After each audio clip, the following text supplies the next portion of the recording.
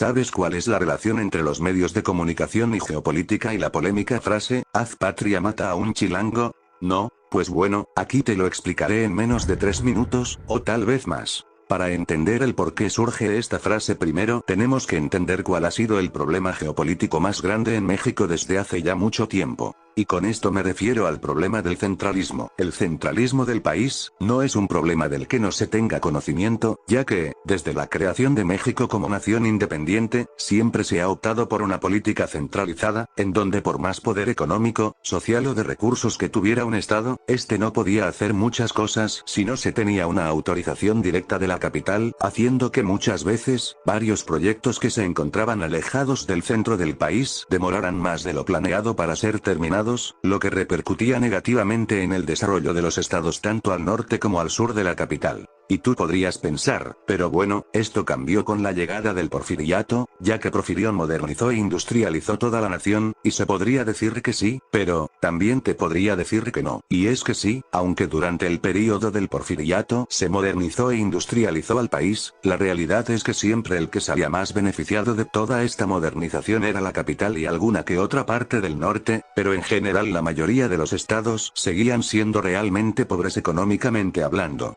Además, también podrías pensar que esto cambió después de que el Porfiriato fuera destruido, pero no, también estarías equivocado. Durante los años posteriores al Porfiriato, la cosa no cambió mucho, las luchas por el poder siempre se daban en el centro del país mientras que por su parte, el norte de México se transformaba poco a poco en tierra de nadie debido a las constantes persecuciones de los ejércitos que aún mantenían la idea de que la revolución no había llegado a su fin. Ya para mediados del siglo, tenemos también el desarrollo estabilizador que como no podía ser de otra forma, sobre todo ayudó a la capital del país, haciendo que muchas de las personas que aún vivían en el campo optaran por irse a la capital a buscar una nueva vida, haciendo perder a los principales estados agrónomos gran parte de sus ganancias y asimismo, generando una desproporción social por la llegada masiva de gente a la capital. Entonces para finales de los años 70, cuando terminó la época de oro mexicana, ya podemos notar que en el panorama nacional, la capital y la gente que habitaba esta, no era la más querida de entre toda la gente de los demás estados.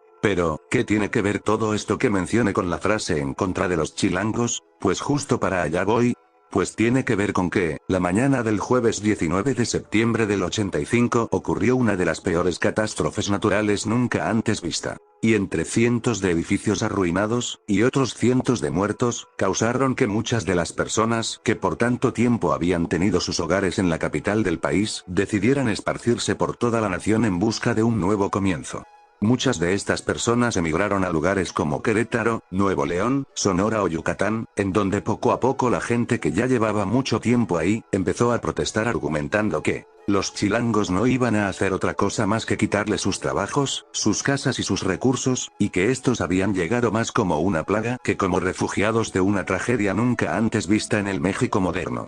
Algo así como, el discurso que dan los americanos sobre los inmigrantes latinos que cruzan la frontera. Pero bueno, a lo que venimos. El punto es que cada pequeño problema que pasaba y tuviera que ver con algo ilegal, se les atribuía directamente a los ciudadanos provenientes de la Ciudad de México sin antes buscar pruebas contundentes o evidencias que los relacionaran. Y para finales del 85 e inicios del 86, de la noche a la mañana aparecieron varios grafitis y pancartas pegadas en plazas y lugares públicos con la famosa frase, haz patria, mata a un chilango. Y muchos dirán, bueno, tan conocido no creo que sea, nunca lo había oído, pues irónicamente, mucha de esta información no se supo en la capital, hasta mucho tiempo después gracias a que, como también existía una centralización en los medios de comunicación como lo podía ser Televisa, no existía mucha cobertura en otros lugares de la República. Entonces para retomar, tenemos entendido que, la centralización es un caso horrible y que prácticamente nació junto con la nación mexicana.